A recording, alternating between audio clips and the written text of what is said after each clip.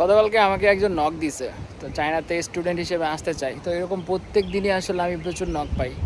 কিন্তু গতকালকে ঘটনাটা একটু ইন্টারেস্টিং। সেটা হচ্ছে যে নক দিছে সে নাকি আসলে ইউনিভার্সিটি ফার্স্ট ইয়ারে পড়ে। তো ওকে ফাইন। তা আমি তাকে জিজ্ঞেস করছি সে কোথায় পড়ে। সে ন্যাশনাল ইউনিভার্সিটিতে পড়ে, বাংলাদেশের একটা জায়গায়। তো তো উনি আমাকে জিজ্ঞেস করতেছে যে চায়নাতে উনি ফুল ফি স্কলারশিপ পাবে কিনা। তো সেই জন্য উনি আমাকে নক দিছে। তো আমি ওনাকে বললাম, তো উনি আমাকে মেসেজ দিছে, তো আমি ওনাকে ভয়েস দিছি। তো বললাম যে আসলে আগের মতো চাইনিজ ইউনিভার্সিটিগুলো এখন ফুল ফি স্কলারশিপ প্রোভাইড করে না, যদিও করে অনেক। আগে যেরকম কন্ডিশন ছিল এখনও কন্ডিশন আছে, কিন্তু এখন হচ্ছে এন্ট্রান্স এক্সাম দিতে হয়। তো অনেক ধরনের আসলে জিনিস আছে। তো উনি আসলে মেয়ে। তো তারপর আমি পরে বললাম যে এখন ইউনিভার্সিটিগুলো এই হচ্ছে স্কলারশিপ প্রোভাইড করে থাকে বা এখানে এন্ট্রান্স এক্সাম দিতে হয়। তো উনি আমাকে বলতেছে যে উনি আসলে ইউনিভার্সিটিতে না, ইউনিভার্সিটিতে এখানে ভর্তি হবে।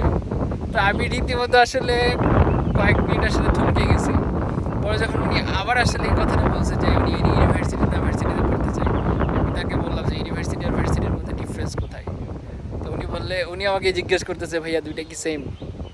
তা আপনারাই বলেন আসলে একটা মানুষ ইউনিভার্সিটিতে পড়ে, তো সে যদি আসলে এই কথা বলে আসলে কি বলবো।